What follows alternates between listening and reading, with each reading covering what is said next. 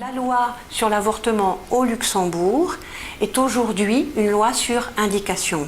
Il faut savoir qu'en matière d'avortement, il y a deux sortes de lois et ça permettra de comprendre ce que l'on revendique aujourd'hui pour les femmes au Luxembourg. Im Moment basiert das Auftreffungsgesetz zu Lützeburg hauptsächlich auf Umständen.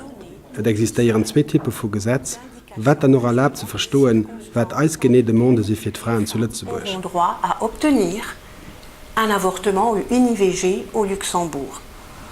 Ce sont donc des lois restrictives puisqu'elles restreignent l'accès à l'IVG à certaines circonstances. Donc une femme peut obtenir une IVG si elle a été violée. Une femme peut obtenir une IVG si... Gesetze, die den Umständen nur dezidieren, sind zu viel restriktiv, weil nimmen die Frauen nach vorkommen, die diesen Umständen entsprechen.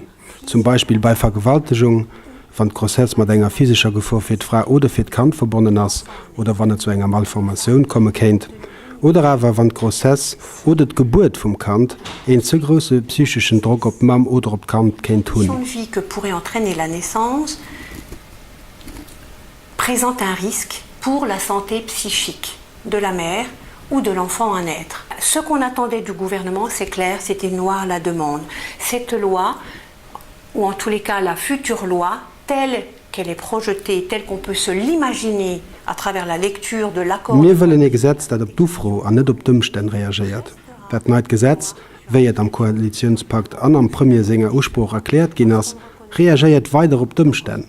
Das ist enttäuschend für uns, weil die freie Wille von der Frau weiterhin nicht respektiert wird. Wenn wir von Egalität und Parität schwätzen, soll das auch bei so Themen aufhängen. À ce domaine-là, eh bien cette loi va rester une loi sur indication comme elle l'était auparavant, mais on va rajouter de façon claire dans le texte l'indication sociale.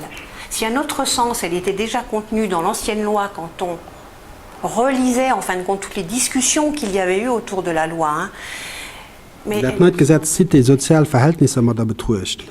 Das war schon so beim alten Gesetz, aber es gibt am neuen Gesetz noch mehr klar erläutert.